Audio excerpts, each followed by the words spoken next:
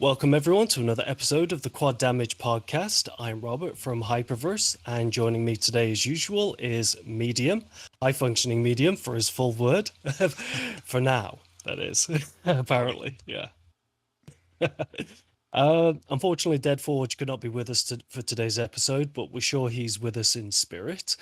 And if you're a fan of all things gooey and explodey, boy, have we got the game for you today.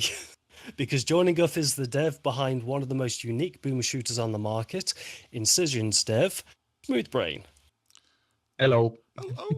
Excellent. So usually Deadforge does his little bit, but he's not here. So how are we going to run? I feel lost. I feel like a kid without the parents, lost in the park. Guess we just have to wing it. Yeah. So usually, I don't know if you've seen any of our previous episodes, but altogether we say the phrase, let's get booming, and we never ever get it right. It's always... The day to get it right is the day we have to hang up the podcast. Yes, exactly. Yes, that's our final form. So let's see if we can all do it here. Let's get booming on 3, 2, 1. Let's get booming.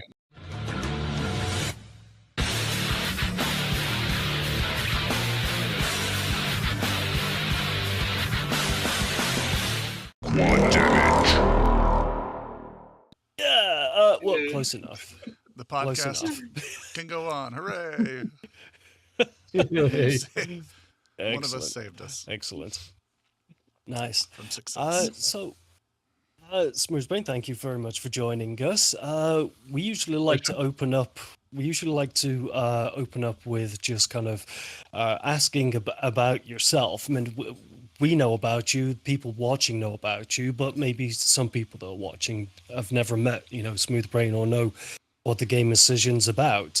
So what inspired you to create the game? Are there specific books or movies or something like that influenced you, the game's creation? How did you start the journey?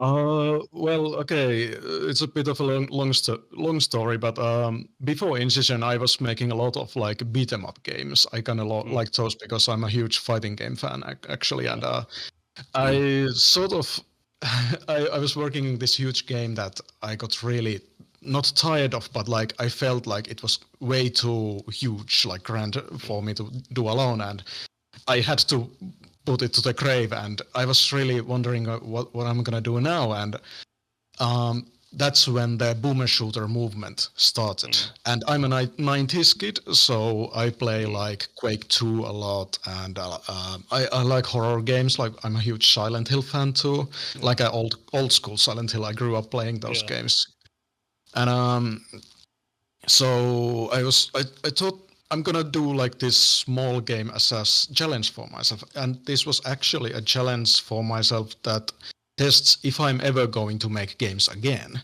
And I gave myself a challenge to make an alpha or like a demo of a game in 1 month exactly. And I think I didn't really plan much. I just like to make like a Silent Hill style, dark, grimy, rusty setting. And I made the alpha and people really liked it. It's jank as hell, but like I still like I go back to it sometimes. Sometimes I shouldn't say this, but sometimes I feel it's even better than this game. No. There's some things that feel better that I have to actually put into this game. There's some like the shotgun still feels like a freaking cannon in the game and in the alpha, and like I kind of brought it back in the episode 2 of this game because there's a three-barreled shotgun now. Hell yeah! I'm rambling anyway. So yeah, I'm going kind of fast. It's all the setting of this came from, it's basically a combination of Quake 2, because it's like body horror and rusty factories and lots of blood and gut stuff. And like in this video, you can see this sort of rusty meat factory stuff that came from the Silent Hills Otherworld team. Back then, when I was making this, I didn't really realize that I was taking cues from Silent Hill, but I had to like realize later that this is basically Silent Hill's Otherworld. And I'm kind of a stubborn guy, so for a while making this game, I actually decided to not take inspiration from anything. I wanted to make something that's like fully me. Like if it's something that you can say, "Oh, this is from Quake," "Oh, this is from Silent Hill," then I wouldn't want to make it. But I kind of, how do you say it, like softened a bit later because I actually found things that made it unique, so it's okay if there's some like similarities as long as the story and the setting is unique. Well, you certainly have come up with something unique. Literally any video that you watch on it, everyone talks about its visual aesthetic, that it just doesn't look like anything else that's out there. Even if the core mechanics of it are still boom shooter, it's still run, jump, shoot, etc. The things that really sets it apart is I never thought Silent Hill, mainly because I don't have too much experience with it. But when you started discussing the other world, my immediate thought was to go to the Silent Hill movie, because that's the Silent Hill thing that I've seen 100 times. I've never I've never played the game itself. Visually, the movie is great. The story was not. The second one I'm told was crap, but the director of the first movie is making another Silent Hill film now as well. So hopefully it'll be a return. It'll be a return to form, you know. But let's hope. I hope so. Yeah, I know Medium played the demo of this. I never played the demo. I just bought it as soon as it hit early access. I was like, as soon as I saw it, I was like, I want it, because it was so different. The demo? You mean the free game, basically, or do you mean the PT that was released some years ago? It's probably that Realms Deep thing, or thing that coincided with Realms Deep is where I imagine I saw it. I can't say for sure. I could be muddling it, but it seems like it was one of those very early demos. Yeah. Oh, I thought you were talking about Silent Hill demos. No. Sorry. That's the one he meant, was the demo I had played, but. Yeah. It's funny you mentioned Silent Hill and Quake, because that was literally, I was like, not that takes a brainiac to figure out, but I was like, yeah, dude, it's like Quake, but in Silent Hill, and it's like, that's so cool. Yeah. And it's the Quake without the gothic themes, like Lovecraftian stuff. There's some cosmic stuff later, but like I try to stay away from those tropes that most people do, like demons and Lovecraftian stuff. So what's the creative process then? Have you written the storyline for the entire game, and then you're kind of breaking it? So you're literally making it up as you go along? Yeah. I love it. Oh, that's awesome. Not exactly like when I was making the episode 1 that was released into early access some year ago. Yes, that was like me just winging it, like writing as I went. I wasn't sure where it was going, but there happened a few happy accidents, basically, that made me move into the episode 2 and realize what the story really is. Yeah. It seems so in depth in terms of the world building that I thought the entire thing was mapped out from the beginning. But, oh wow, it's just genius at work, you think so? It really is. Yeah, I was very surprised. I think it helps that the story is very vague, so you can like fill in a lot of stuff with your imagination. That's kind of the plan with this game. Like lots of stuff gets don't ever get fully explained. I'm leaving a lot of room for imagination. Yeah. No, this guy is playing. Oh no, nothing. I'm just looking. Well, no. Feel free to comment on what we're watching here. I mean, that's what. Nice. I just ads. Yeah.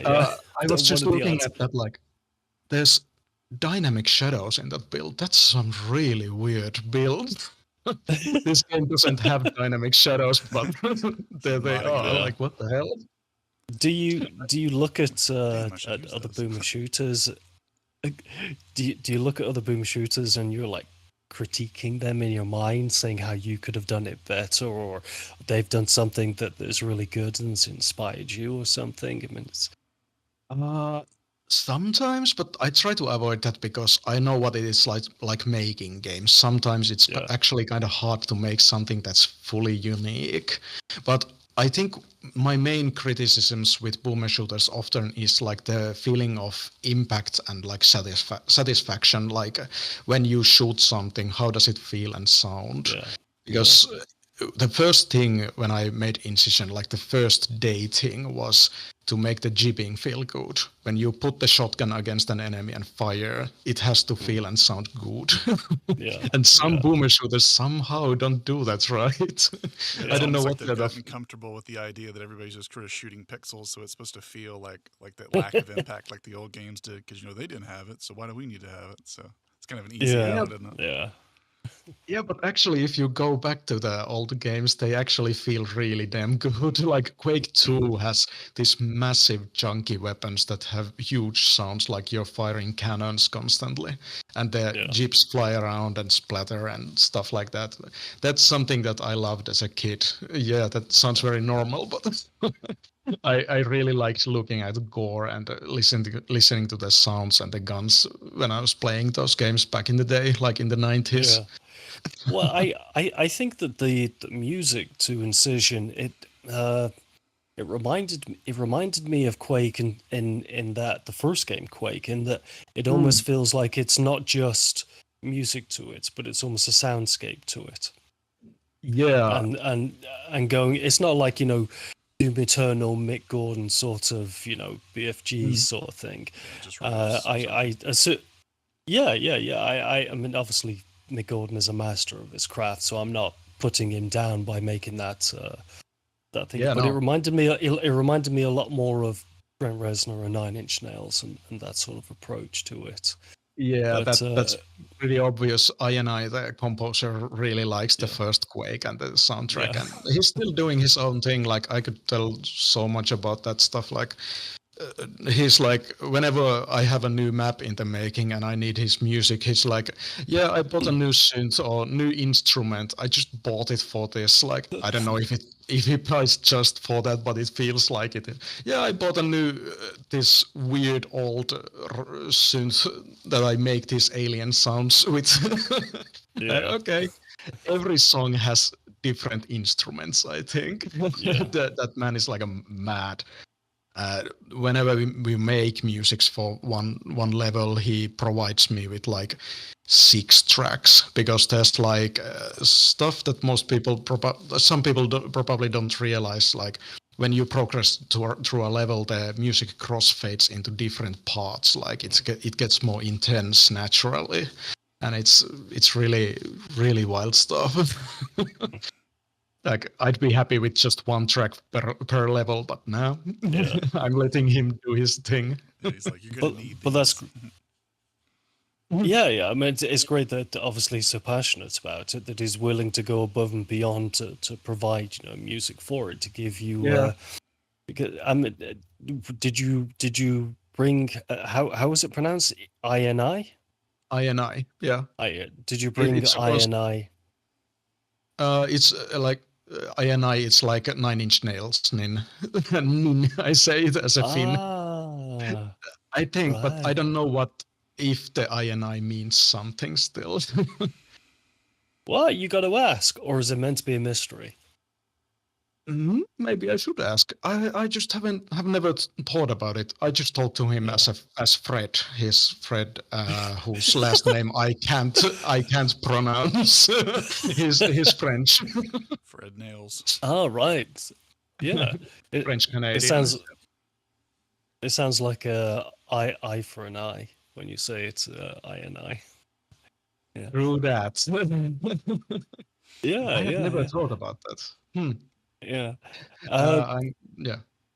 Go on.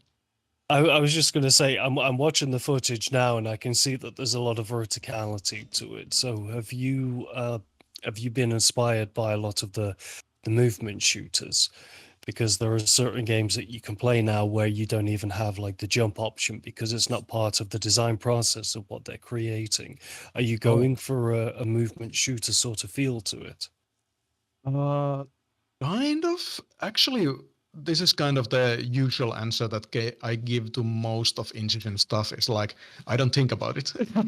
So when I made Incision, my plan was to just give full like 100% freedom to players' movement, because this game was way harder back then when I started making it. Like the old demos are just impossible to play. So my idea was that player movement has to be really fast and precise. So whenever you fuck up, it's your fault. Yeah. The game is never like, "Ooh, physics are weird or slidey or something, and that's why you died." Well, I died a lot, so I guess I fuck up a lot. If that's the case, then. Probably. But saying you're playing the new ones, I was playing one of those old demos. That little spider lady was just dunking on me around corners. I was like, okay. Yeah. But try again. Medium, when I don't know if it was the same in the demo though, but when you lose a life and then you regenerate essentially, I think on the spot or something with the next life, there's a moment where it kind of goes into slow motion, and during that moment you're like, because of the mechanics of the game, you've got to get through with all the lives that you have. That every time you lose a life, it's like the game slows down to like throw it in your face that you've just lost a life and it's going to be harder for you, and you end up fighting. It's they're all sitting there laughing at you. Yeah, and you have to live with your choices and mistakes, but at the same time, it's like you are invulnerable for a few seconds, so you can just pull out the rocket launcher and go crazy. I didn't know that you were invulnerable, so now I'm going to use that. I'm going to I just thought that it was you were just too sad to know you're invulnerable. Just goes up. I have to actually make a note about that, because I'm implementing loading screens that have like tips for the game for the next update. So I have to actually mention that the one-ups actually give you invulnerability when you die. Nice. So you have to actually use that. Isn't that don't you have like 2-ups and that sort of thing in there, or am I thinking of something else? No, just 1-ups. Why have I got a spoon in my mouth? So, let me put that there. I have my tea with spoons in it. Oh God, I wish. I really wish. Yeah. I've forgotten what question I was going to ask. To be honest with you, he brought up something earlier I thought was kind of interesting, or at least was kind of pointing us towards one of our questions. You're talking about how the shotgun was sort of like a day one, or one of the first things you were thinking about making median effective feeling. Were there any, I guess, what engine are you dealing with, and did you run into any type of technical problems that were kind of a big, stumbling block? I'm using a really old version of Unity that explodes all the time. And back then, when I was making it, I actually had no experience in like optimizing my games, and I'm still doing it as I update this game. So back then, when you shot an enemy with the shotgun, it would like drop 30 frames for a little while because it spawns so much gore and like bullet trails, all that stuff. Nice. But I've learned a lot. When I was making the beat 'em ups, there wasn't like so much going on the screen at the same time, so I never had to think about this stuff. Yeah, that's quite a change. Going off what Medium said about the technical difficulties, were you making your beat 'em ups in Unity as well? Did you have to learn a new game engine? The project before Incision was made in Unity, so that sort of gave me a nice like some understanding of the engine. But before that, I was using this engine called Construct 2. It's you can make like games played on websites. It's a fully 2D engine, so I was making 3D graphics and pre-rendering them into sprites. it was very like Fist of the North style of game. Huge buff dudes. Dude, that's one of my favorite properties. Hell yeah. I grew up. I was born in 1980, so I was like late teens when the whole manga anime thing suddenly exploded in the West. And I remember in the UK, Channel 4 would run very late at night, like it would start at midnight. It would run either anime or Hong Kong movies. So I got into I got into anime and I got into Jackie Chan and stuff around that time as well. And Fist of the North Star were one of those things that I just immediately, I was doing martial arts at the time as well. So immediately it vibed with me because it's basically Bruce Lee and Mad Max. That's what Fist of the North Star, I think its initial, inspiration was. Yeah. But by God, man, I miss those. I don't know if I feel the 80s and 90s anime to me was the best era of anime. And I don't know if that's because that's what I grew up with. So that's what imprinted on me as for my anime tastes. But I look at the stuff that's out now, like One Punch Man and stuff like that.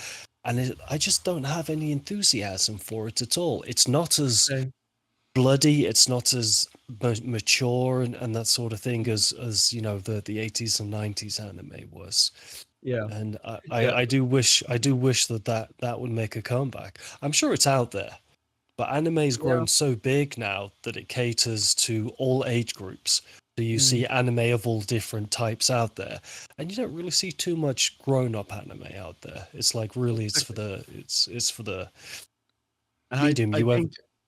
I'm sorry, I'm talking over you. No. Please continue.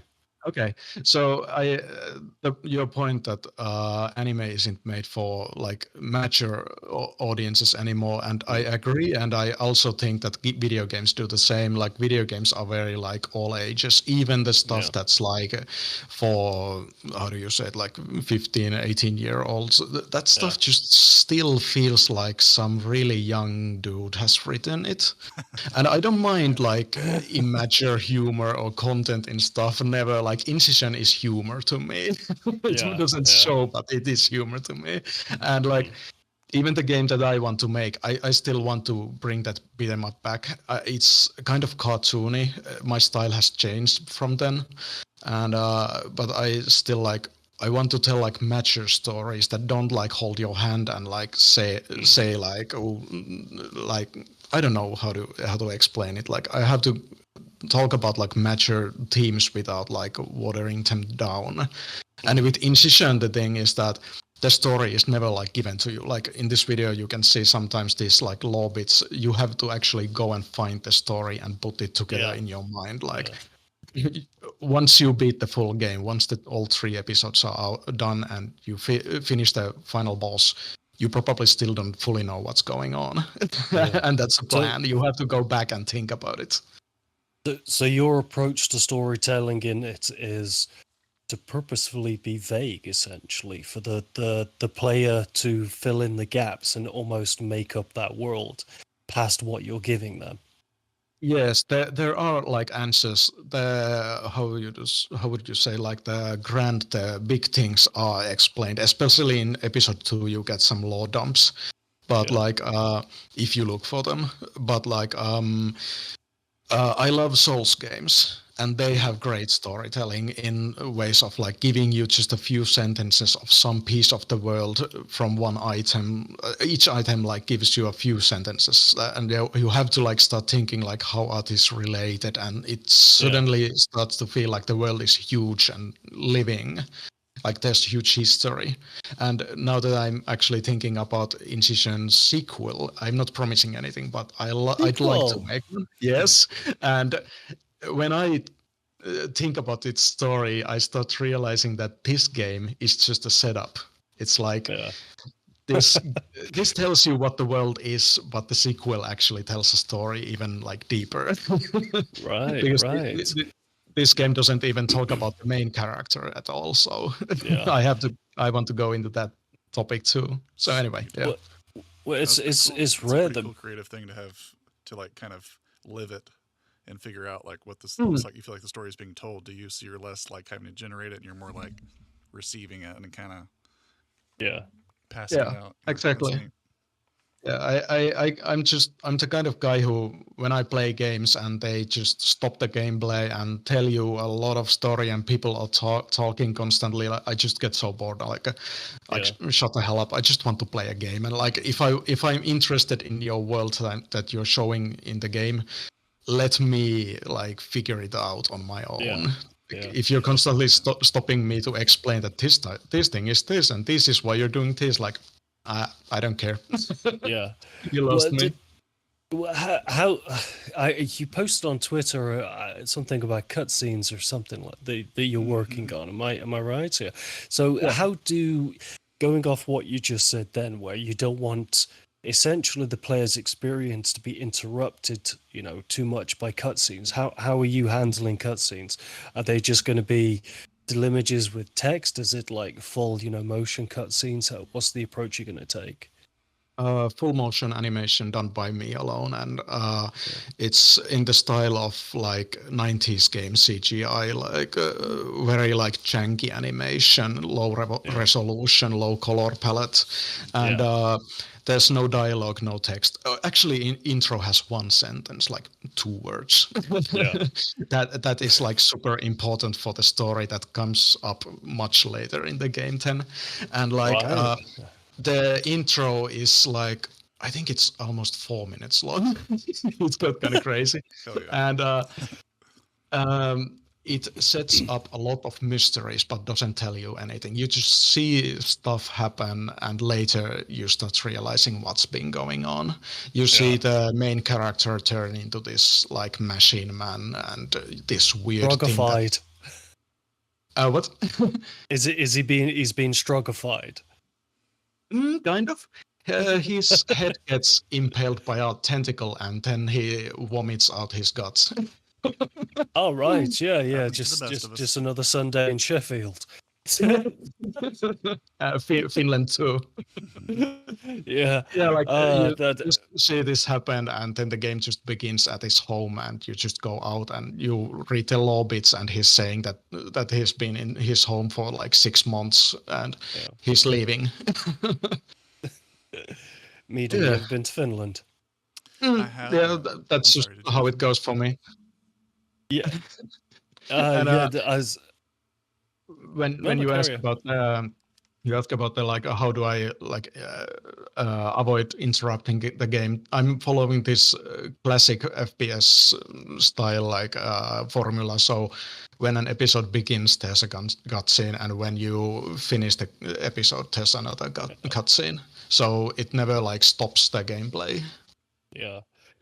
When you do the when you break down a game into episodes, do you have to essentially treat each episode as its own contained storyline? So it has, because I know that the episode of course finishes with a boss fight, and usually when you play a game, the game finishes with a boss fight. So when you're creating the episode, you're like, the episode must have a beginning, a middle, and an end, so that it's its own self-contained, thing, as well as part of the greater experience. Yeah, I actually had to like think about it. What are the twists? Because the story has to continue to the next episode. There has to be some sort of twist that brings the game to the next theme. I like to have different themes in each episode, as you do. Yeah. So the first episode is actually the main character's sort of full quest. But when he's just about to finish his quest, this new party, new group of things appear out of nowhere and take the quest away, which is called the grafting throne. This sort of mysterious, probably alien, some say demonic, like this statue thing that lives. That's very vaguely explained. There's been some cult activity around it, but did the cult know much about it? I don't know. Yeah. Humans worship a lot of things that they don't understand. They do. Yeah, and they create organizations based around beliefs as well. But, and they worship other humans, which is kind of funny. Yeah, I mean, it's taking inspiration from other humans. I think is something to be proud of course. If someone achieves something or shows you a path in life that resonates with you, then feel free to go with that particular path, regardless of what other people feel, as long as you're not helping other people, hurting other people, of course.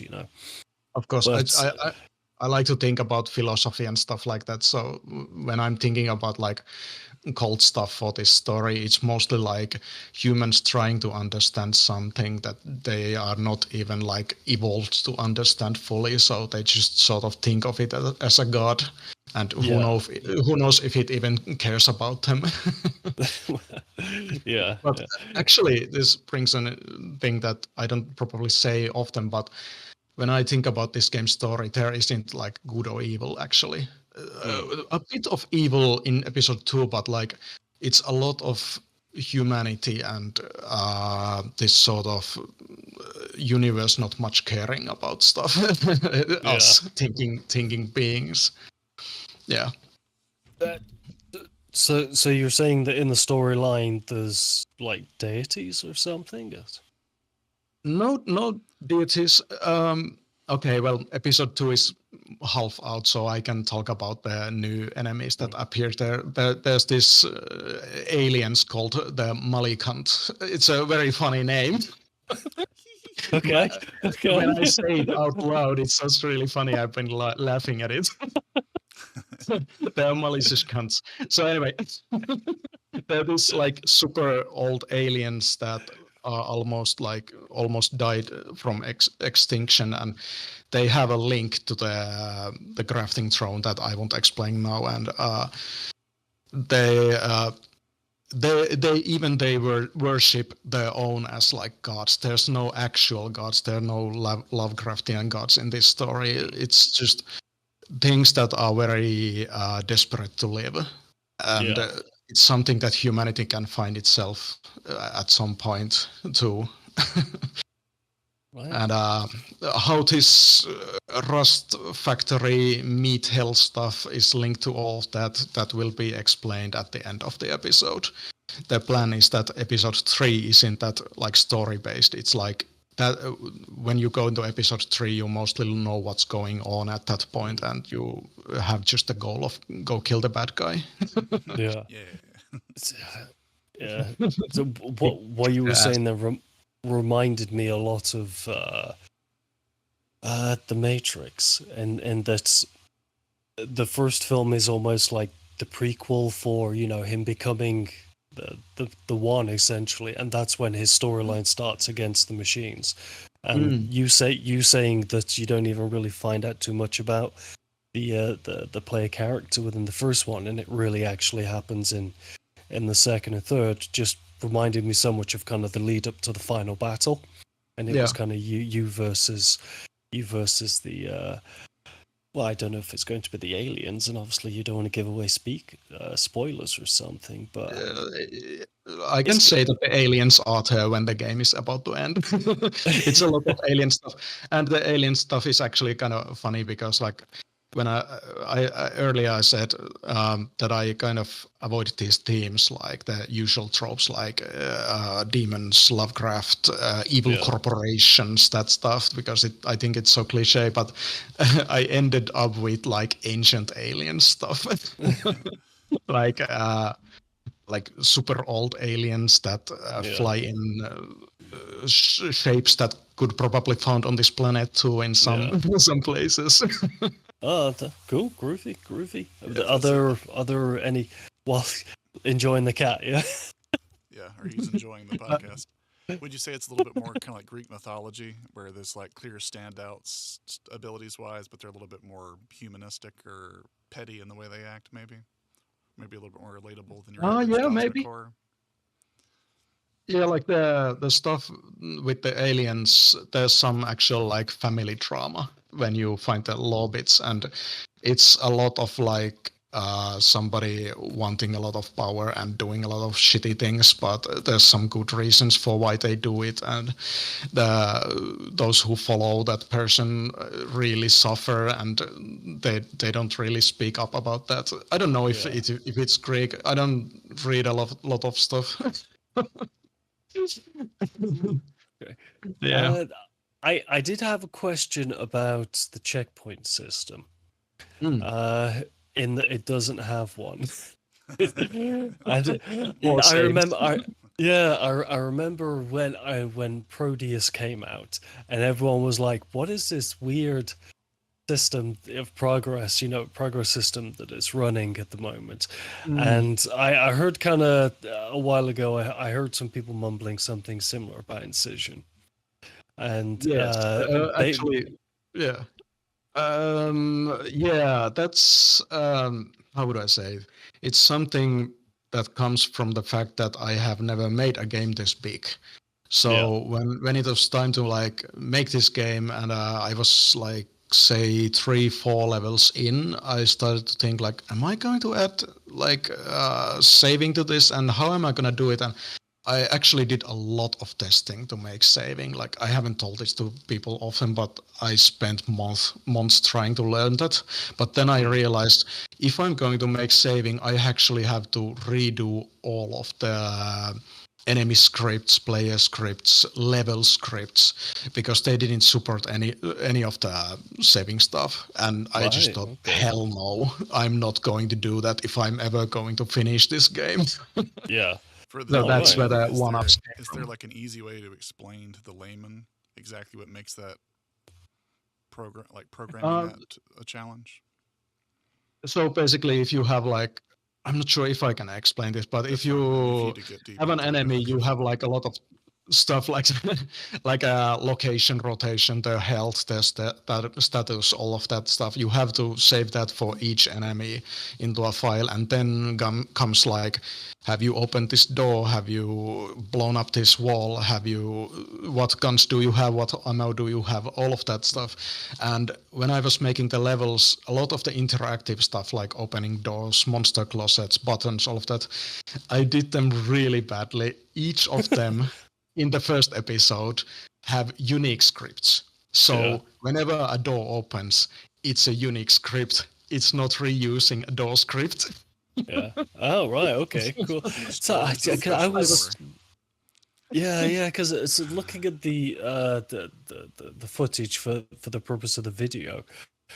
My mind, and I mentioned this before we started recording this, that I'm like stuck at a particular part of it, and I was like, is there a way that? I mean, how are you taking feedback? from it, Well, but there's two ways to take feedback. There's the one that I try to take is like, I explain the story to them, and some people understand. And when they understand that this game is made by one guy, they really say like, okay, I can let it slide. But some people are really like aggressive about that, and I just tell them to shut the hell up. Like, I don't care. Oh, right. the game is already paying my bills. Yes, yeah. Well, that's good. That's good.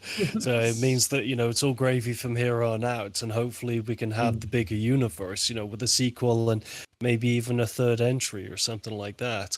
But I know that Wrath came out and people were very confused about its save system, because it not only uses checkpoints, but you can manually save with the tethers or something. I don't know what you would call them. Tethers, that's the word I'm looking for. Yeah. So, I mean, but it gives the option for kind of unlimited tethers, so you can drop one whenever you want and kind of do a quick save. Would you ever integrate something like a quick save system into it, or a once a mission checkpoint or something, or would it literally break the game? It would break the game, yeah. Like I was trying to explain that if I would make a system that saves everything in the level, it would Yeah. have to. I would have to like remake all of the interactivity in each level, and even in episode 2, because there's a lot of like unique stuff going on in the third level that's released. There's this huge like destruction stuff going on in the end. You like explode this massive pyramid. So even that I would have to go and like think, how am I going to save this? That would be just so many months of work and like tedious work. Yeah. So any kind of like mid-level saving doesn't work. So it's kind of a question. There's no way to say, hey, save all. You have to basically tell it each and every command to what to save, basically, is the problem. Yeah. Yeah, okay. Yeah, really? There's no save. So many people think that game development is like pressing a button like add multiplayer, add co-op, add saving. Like hell no, you make all of that manually alone, like and think about it, how to make it work fast and optimize it, like stuff like that. No. How did was it Hyperstrange that are publishing it for you? Did they reach out to you, or did you reach out to them? How did that deal go down? They reached out to me multiple times. And I told them many times that I'm not going to do it because, well, I've never sold a game, so I don't even know what goes into having a publisher. And when the game was like 80% ready to 70% ready to release, I told them like, okay, let's do it. Like, I'm not going to lose anything if this doesn't go well. So let's just try how this goes. And they've been really good people. They have great people there, like QA and all of that, like testing for bugs. Like this game would have been an absolute mess without testing by those people. But that's good then, because you hear so many stories nowadays of obviously publishers or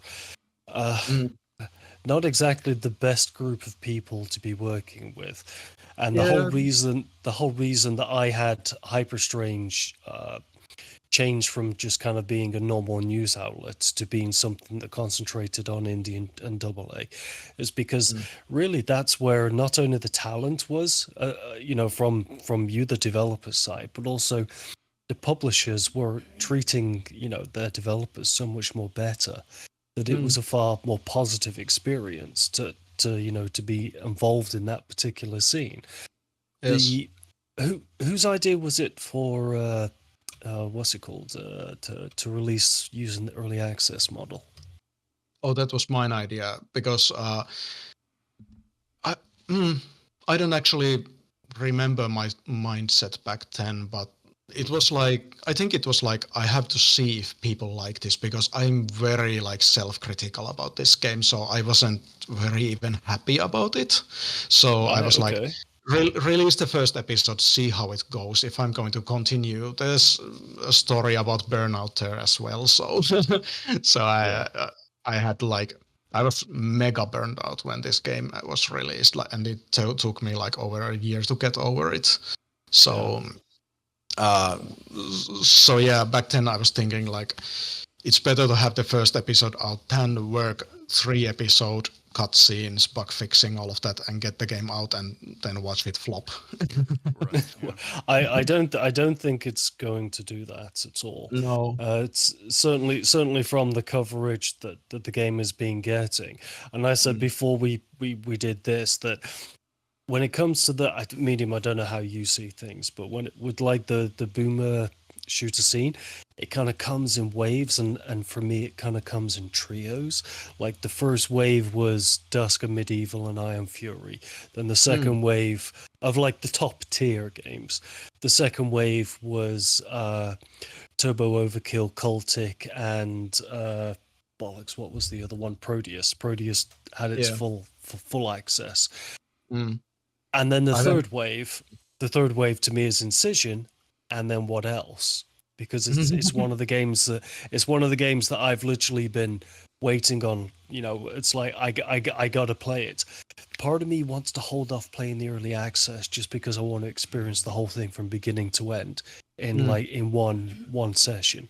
Just get that whole, it's like reading a fantastic novel or something. You know, you want to be on that journey from beginning to end so that you can sit back at the end of it and just kind of take it all in.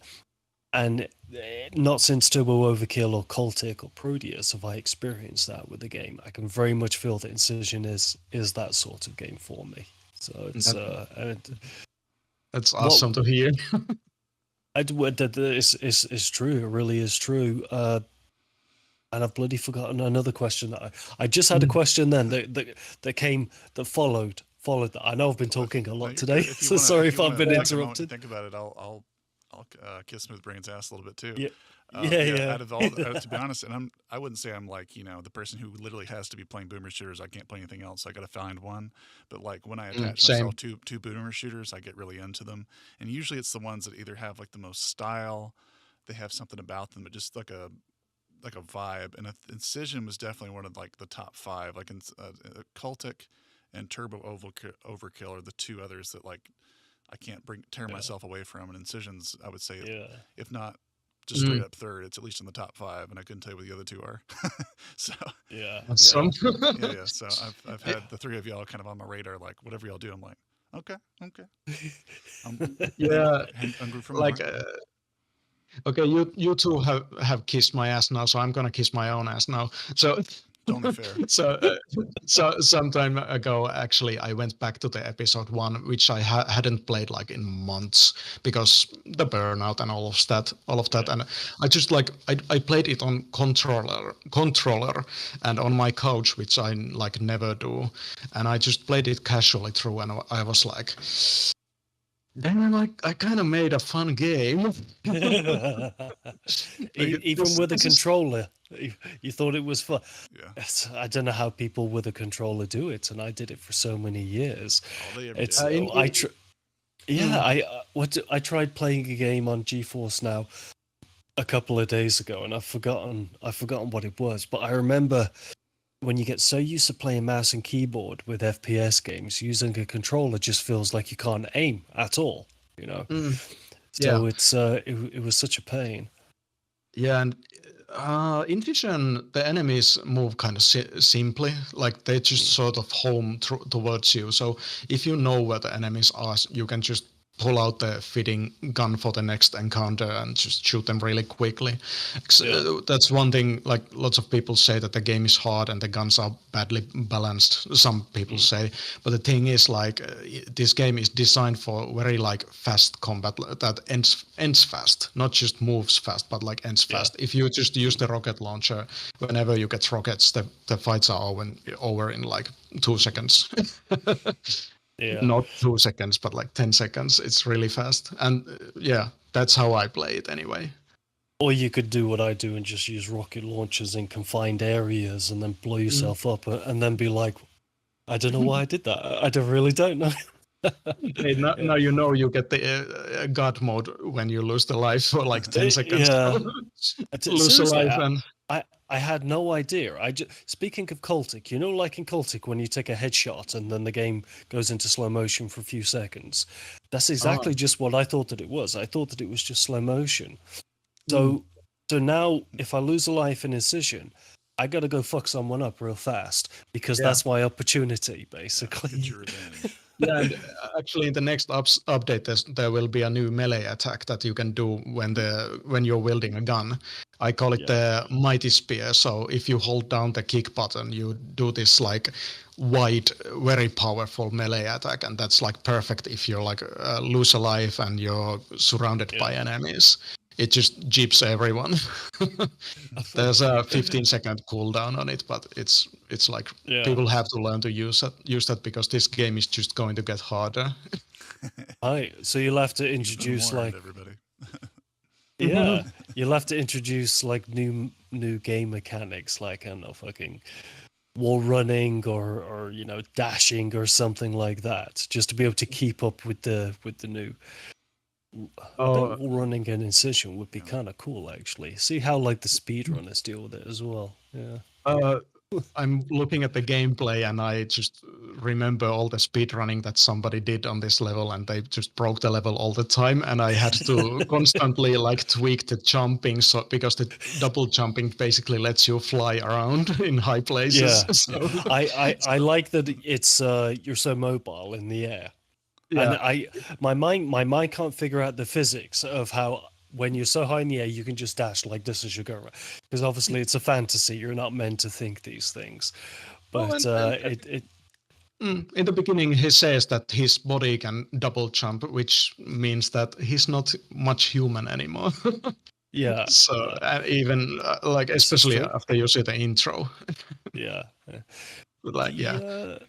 Double jumping doesn't like give you much like height when you jump. You just like stay in the air for a while. It's I think when I made it, I thought it would let you like jump over projectiles easier, like dodge stuff instead of just going higher. Yeah, this is an old build. I'm seeing some bugs.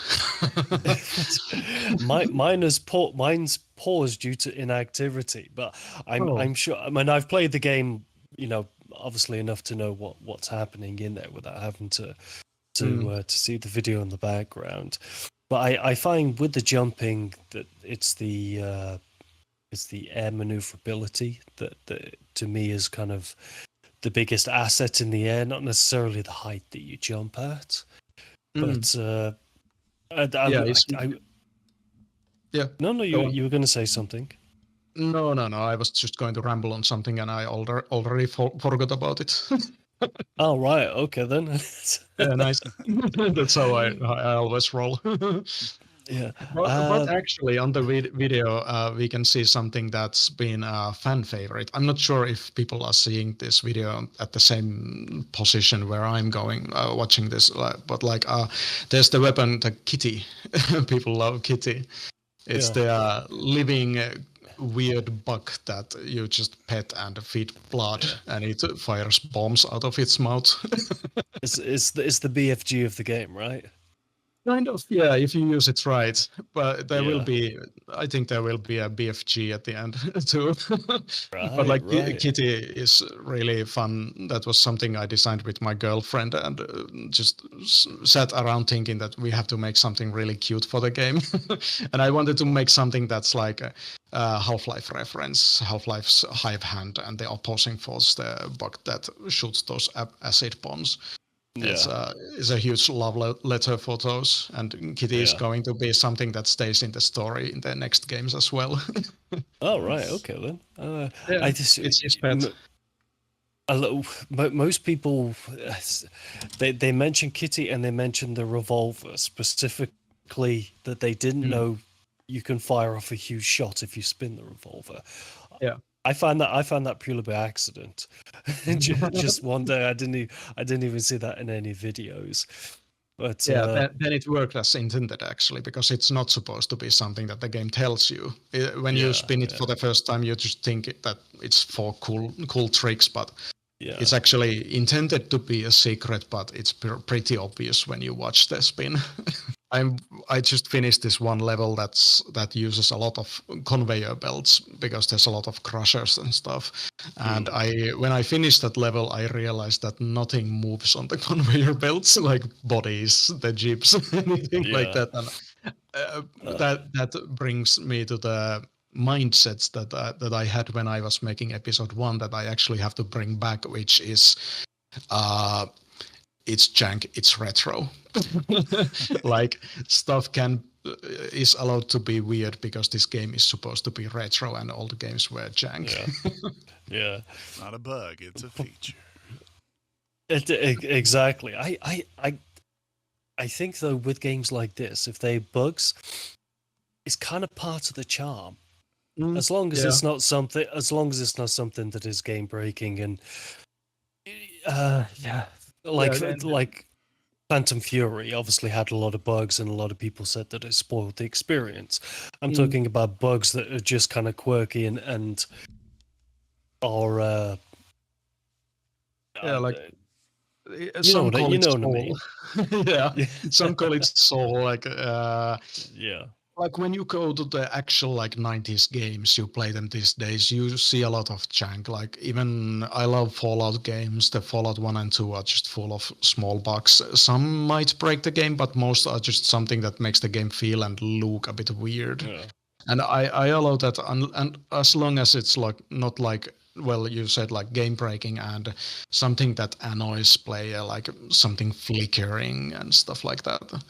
Yeah. So yeah, if an enemy floats in the air after it dies, it's okay. In the 5th level, there's a huge elevator, and the bodies don't actually follow it if you kill dudes on it. The QA team keeps bugging me about that, but I have to just tell them like I don't care.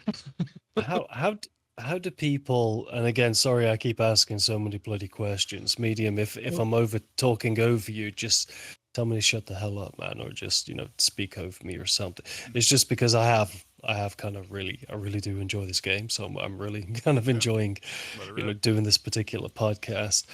In terms of like the early access model, obviously it's there in part to solicit feedback in terms of how the game progresses and that sort of thing. And you were mentioning the bugs, and it reminded me, to ask it. How are people coming to you? Do they just like kind of message you on Discord or something, saying, "Hey, I found a bug for you"? There's actually been really very few cases of people coming to me like telling me about bugs. It's a lot of the HyperStrange QA team that's found all the bugs. I have my own Discord server, and some people join and give me like feedback or like some bugs, and I always make a note about those. Often fix them the moment I get the report because they are like really easy to fix. And on Steam forums, I do check it, but most of it is like it's more like people saying, how would I explain this? Like, this game isn't what I want it to be. I hear a lot of feedback like that, and I don't listen to that. Like if somebody says like this shotgun isn't like in Doom, like yeah, but I'm not making Doom. I was going to say, I mean, it's if somebody tells you that it's not what they want it to be, that's a them problem, not a you problem. Yeah, if they have constructive feedback that is going to help improve the game, then yes, of course, there's a reason why it's an early access. You're there to work through it. But I can't stand those people that are like the people that didn't like Doom Eternal because it wasn't like Doom 2016. Well, fucking play Doom 2016 then. Yeah, don't. And in 2016, people complained that it's not like Doom 1 and 2. Like, what the hell? What are you like expecting? Play the old games. Well, there's supposedly like levels for old Dooms. Supposedly we're getting a new one, so I'm wondering how the gameplay will be in that, because the evolution from 2016 to Eternal was such a quantum leap in terms of its gameplay mechanics that it was a completely different game how you played it. So I'm curious. I'm curious how they would do that. Are there any sorry, Medium, what was that, mate? No, I noticed somebody was saying that probably a really good way to go about it would be to just sort of flip the script for the third time if they're going to make another one. Instead of constantly thinking of them as like a progression, think of them as more like just reflections of core ideas. Sort of like, I mean, this is a self-serving example because I love this game, but kind of the Doom 3ification, where you take like a really specific flavor of the concept and make that. And I think people are thinking maybe too linearly about 2016 and Eternal. Like 2016 was so simple and you could use any gun. You might as well just use the super shotgun. But Doom Eternal was a chess game, not checkers, and that restricted put the clamps down. Everybody complained about it. And it's like, I mean, obviously there's going to be some through lines to movement or the way it looks and feels and blah, blah, blah. But I was thinking, it's probably a better way to think about that is that they're separate projects that happen to be in a lineage as opposed to, being like clones of each other. And this one just has more on it or something, like stuff added to it. I wouldn't mind if the new Doom was actually like a middle ground between 2016 and Eternal. Like, I don't want it to constantly go like crazier and faster and more like ultra kill style. I'm not actually a fan of like that kind of gameplay. So actually focus on making it playable in a way that doesn't like stop you for the story ever, but actually focus also more on the atmosphere, the horror of the hellish stuff, and just give me cool demons and cool guns and lots of gore. Yeah. You get my money. Yeah, well, I hope that they can figure something out with Mick Gordon and have him come back, or you know, like surprise everyone and then bring back like Trent Reznor or something to score Doom. Yeah, that would be really cool. I think I'd probably scream like a little bitch if that happened. I'd be just that'd be so cool. I suspect, of course, that so perhaps Andrew Holschultz or someone would step up and would take when in doubt, take that. Out. Yeah. He'll be there. Holschultz is great. I still think like new Dooms are so like Mick Gordon. So if they want to actually like make new Dooms, it would work if the game was actually like rebooted again into its own new thing, and the music style also changes with that, because people are going to expect Mick in the next Doom if it's going to be like a sequel to Eternal. Well, maybe they can get. I mean, obviously, Holschultz. Who's the person that worked with them on the Ancient Gods? I've forgotten his name, but he did excellent work as well. Then, I'm sure James Paddock would free himself up. You know, Primeval or some of the good old boomer shooter musicians that put out absolutely banging work. I was saying earlier on that. Yeah, go on. Just very, very briefly, I was saying in regards to those composers that I was talking about. I thought Incision was part of the kind of top shelf of the new wave, and I was thinking about it just while we were talking just then, as the kind of, if Incision is one of them and they come in threes, what would the others be? And I suspected, for my personal tastes, probably Wrath would be that, and then I thought maybe Supplice would as well. But part of me kind of puts the GZ Doom games off to the side and makes them their own little thing. So like Sulaco is going to absolutely crush anything that else releases alongside it. I would not want to release my game in the same week as Sulaco. And and even we had Bridge Burner from Hellforge Studios, the publisher for that, on a few weeks ago, and even he said Sulaco's going to do gangbusters. You can feel it in the air. You know that this is what people are waiting for. Yeah, and all the big boys are talking about it. Yes, and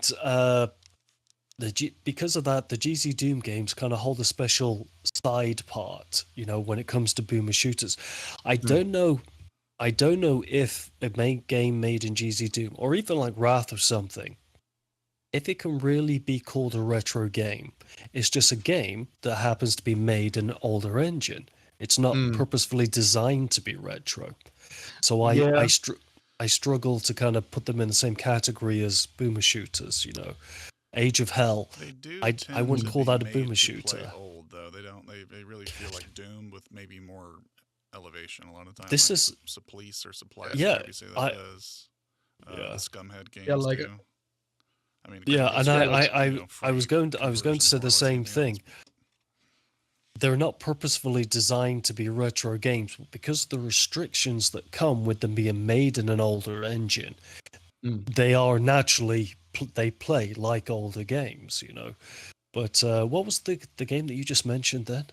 The Scumhead games that are the kind of the poster child for GZ Doom fiddling around. I don't know, because Scumhead's work is so distinctively Scumhead. You know, it's you can look at. Well, I'm talking more. Have you ever played any of? Not the visuals. Yeah.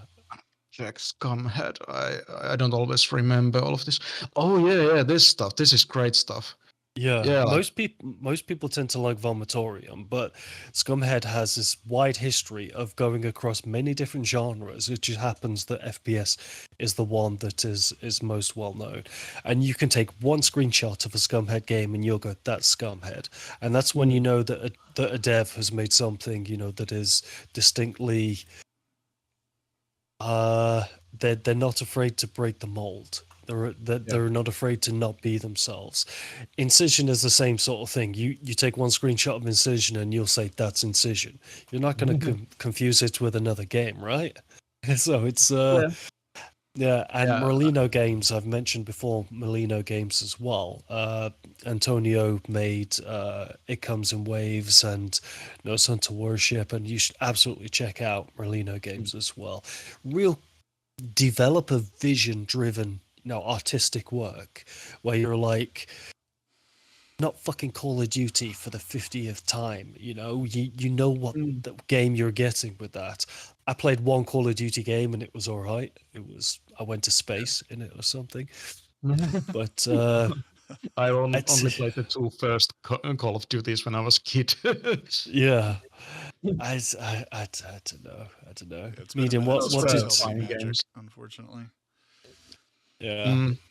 I've been trying to watch your damn latest video, Medium, all day long. And the thing with you is you make such goddamn long videos. So you've got to set that time aside. But every time I tried watching it today, there were dogs barking in the background and all that sort of stuff that I couldn't concentrate on listening to your voice. Because when you talk, it's like you really got to listen to what's being said, because it's said in a kind of almost academic way. It's you got to listen to the tone of what's being said. I have no idea why I went off on a tangent just talking about your video. But sorry, I actually kind of blanked out, so I was like thinking, what videos were you talking about? Are you talking about the videos where you play my own game? So there's like Incision videos. Where did you lose us, after Scumhead? Because I talked a lot of crap just rambling out my mouth then. Well, I don't know anymore. Yeah, you were talking about some games that you have to set median in between the two of you. Okay, he was responding to your question. I think he assumed that you thought you were talking about me or somebody else playing an Incision video and trying to focus on like a gameplay walkthrough or something like that. Yeah, he was talking about stuff that I had made, that I posted today. So. Yeah. Okay. That's all it was. Yeah. That's why he was like, why am I saying all this? What does this have to do with anything? Medium makes these Medium makes these very in-depth videos where he goes it's literally a video essay, and these are like hour-long videos. You can clearly see that you were saying that like your neck was hurting or something because you were spending so much time editing today. So it's yeah, but you should definitely check out Medium stuff. Just make sure you get some popcorn first of all, because he can really get in depth about things. I'm actually the kind of guy who listens to a lot of videos in the background when I make this game. I never really. Sometimes I listen to music, but it's often the videos, the talking. Well, that's really good, and you can certainly listen to any episode of Quad Damage podcast in the background that you'd like as well. Hell yeah! Do it. Plug. Yeah, excellent.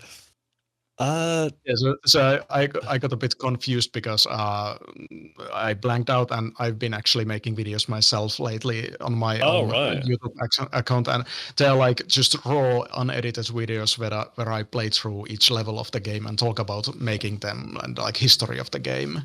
Just like no plan, no script, anything. I just fire up the game and start talking. And it's been pretty fun. Sorry, what? Is that just SmoothBrain that's under on YouTube?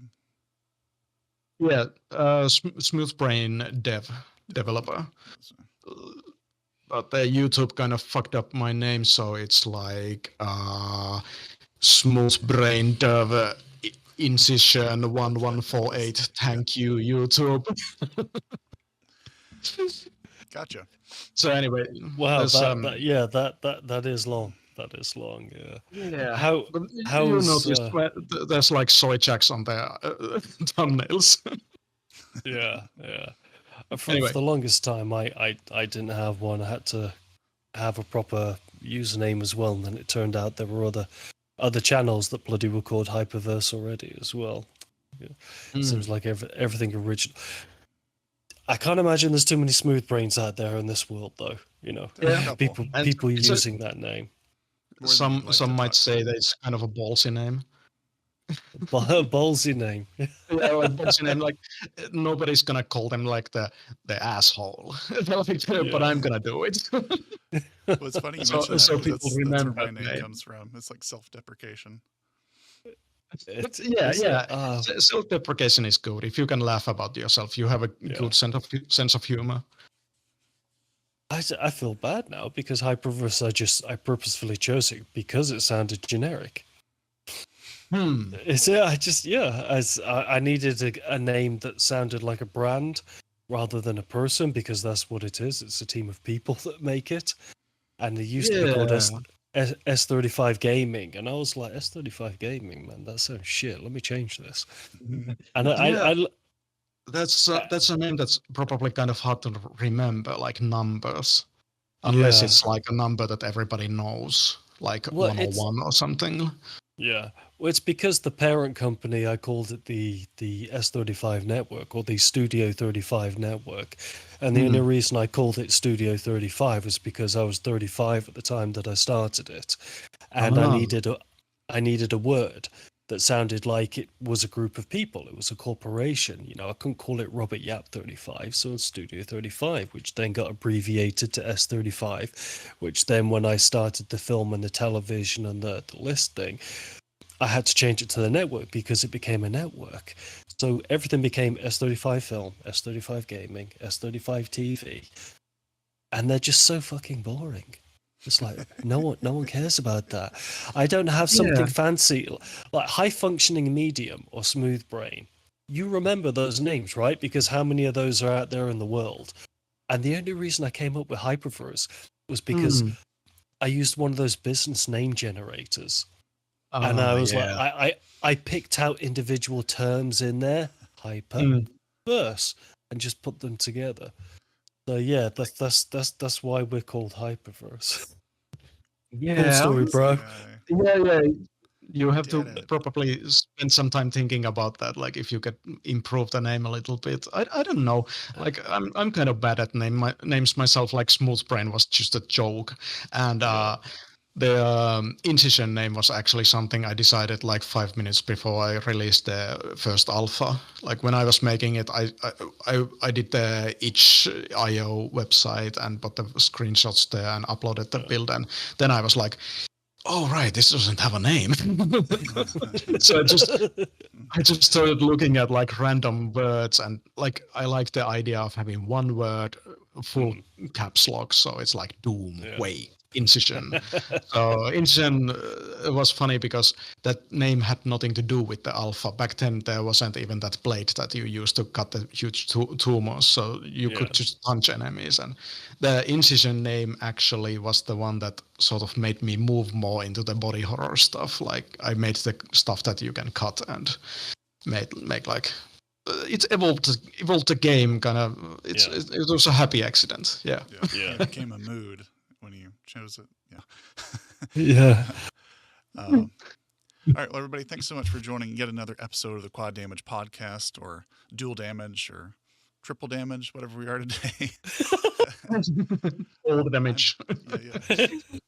We're also damaged. Down one. I'm High Functioning Medium. Robert joining us from HyperVerse. Yo. And our special guest, thank you so much for joining us, Mr. SmoothBrain. It was really a joy to. This is one of our favorite boomer shooters, I think, by far. The one I'm certainly forward to. So it was really nice to have you on today, man. Thanks for taking us. Awesome. Yeah. It was great. This was fun. Cool. Fantastic. Where Excellent. can they find you if they wish to have a little bit more incision in their life? Go to twitter.com, SmoothBrainDev, SmoothBrainDev like developer. That's my username. I don't really use any other platforms, and like of course go to Steam, check out Incision. There's one whole episode and half of the second episode out now, and I'm planning to release the rest of the episode 2 this summer around August, September, including 4 cutscenes. So keep an eye out for that. And you mentioned that you have a YouTube channel and Discord as well. Oh yeah.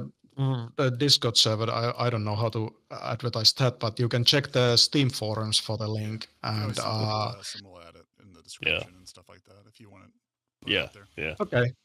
Yeah, and just check YouTube for SmoothBrainDev, and I think you'll find the playthroughs that I've been making. They are just funny cartoons on the thumbnails. You'll notice those. Right. Cool. All right, and as for us folks over here at Quad Damage Incorporated, where can we find you, Mr. HyperVerse is available on YouTube, TikTok, Facebook, Instagram, Twitter, LinkedIn, and we have a website and a link tree as well. Sweet. All right, you can find me on YouTube at the same name, High Functioning Medium, and at High Funk Medium on X, since it's Twitter no more on any URL. Yeah, they changed the URL, didn't they? Yeah. All right. We must resist. But in the meantime, before we leave, we must do one thing. We must keep on doing one thing. I implore you, if you do nothing else. Robert, I think you might have a hunch. SmoothBrain, if you know what we're doing, feel free to join in. It's a 3-word phrase that everyone should keep on the top of their minds between the time they log into one of these episodes till they log back in the next time. Okay. And that is... keep on booming. Keep on booming. Yeah.